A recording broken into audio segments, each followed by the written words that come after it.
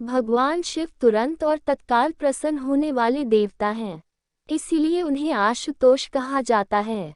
आइए जानते हैं भगवान शिव को प्रिय 11 ऐसी सामग्री जो अर्पित करने से भोलेनाथ हर कामना पूरी करते हैं। आइए इन चीजों के बारे में विस्तार से जानते हैं।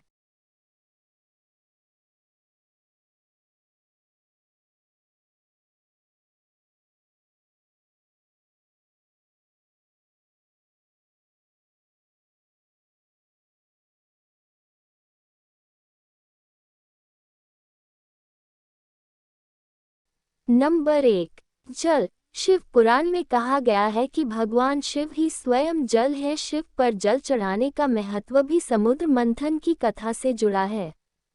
अग्नि के समान विष पीने के बाद शिव का कंठ एकदम नीला पड़ गया था।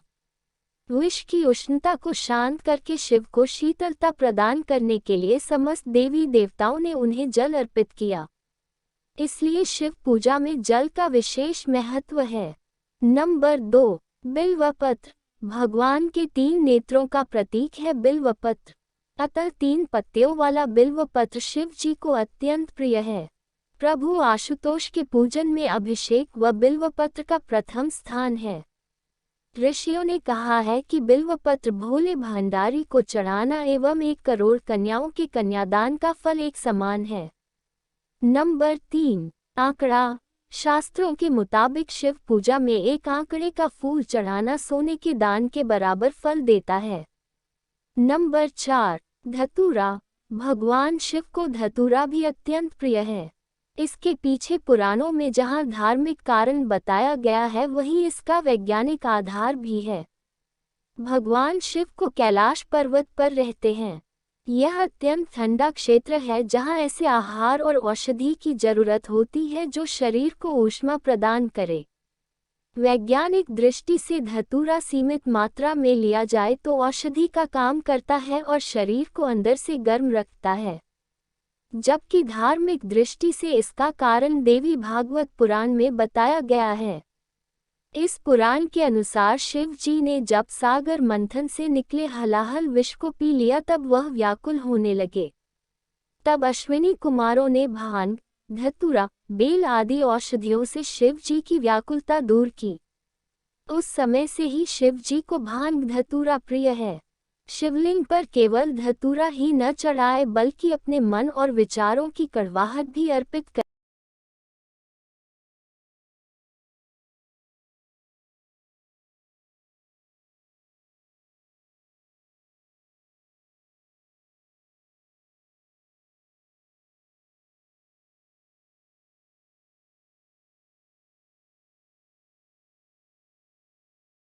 करें। नंबर 5, भांग। शिव हमेशा ध्यानमग्न रहते हैं। भांग ध्यान केंद्रित करने में मददगार होती है। इससे वे हमेशा परमानंद में रहते हैं। समुद्र मंथन में निकले विष का सेवन महादेव ने संसार की सुरक्षा के लिए अपने गले में उतार लिया। भगवान को औषधि स्वरूप भांग दी गई, लेकिन प्रभु ने हर कड़वाहट और नकारात्मकता को आत्मसात किया, इसलिए भांग भी उन्हें प्रिय है। भगवान शिव को इस बात के लिए भी जाना जाता है कि इस संसार में व्याप्त हर बुराई और हर नकारात्मक चीज को अपने भीतर ग्रहण कर लेते हैं और अपने भक्तों की विष से रक्षा करते हैं। नंबर 6, कर्पूर। भगवान शिव का प्रिय मंत्र है कर्पूर गौरम करुणा अवतार, यानी जो कर्पूर के समान उज्ज्वल हैं। कर्पूर की सुगंध वातावरण को शुद्ध और पवित्र बनाती है। भगवान भोलेनाथ को इस महक से प्यार है, अतः कर्पूर शिव पूजन में अनिवार्य है। नंबर 7, दूध। श्रावण मास में दूध का सेवन निषेध है। दूध इस मास में स्वास्थ्य के लिए गुणकारी के बजाय हानिकारक हो जाता है। इसीलिए सावन मास में दूध का सेवन न करते हुए उसे शिव को अर्पित करने का विधान बनाया गया है। नंबर 8, चावल। चावल को अक्षत भी कहा जाता है और अक्षत का अर्थ होता है जो टूटा न हो। इसका रंग सफेद होता है। पूजन में अक्षत का उपयोग अनिवार्य है। किसी भी पूजन के समय गुलाल, हल्दी, अबीर और कुमकुम अर्पित करने के बाद अक्षत चढ़ाए जाते हैं। अक्षत न हो तो शिव पूजा पूर्ण नहीं मानी जाती।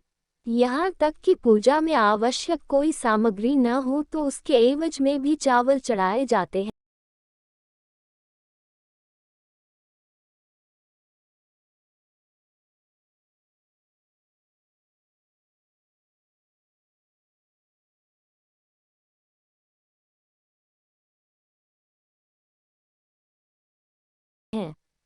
नंबर 9, चंदन। चंदन का संबंध शीतलता से है।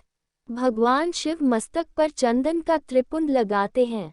चंदन का प्रयोग अक्सर हवन में किया जाता है और इसकी खुशबू से वातावरण और खिल जाता है। यदि शिव जी को चंदन चढ़ाया जाए तो इससे समाज में मान सम्मान यश बढ़ता है। नंबर 10, भस्म। इसका अर्थ पवित्रता में छिपा है। वह पवित्रता जिसे भगवान शिव ने एक मृत व्यक्ति की जली हुई चिता में खोजा है, जिसे अपने तन पर लगाकर वे उस पवित्रता को सम्मान देते हैं। कहते हैं शरीर पर भस्म लगाकर भगवान शिव खुद को मृत आत्मा से जोड़ते हैं।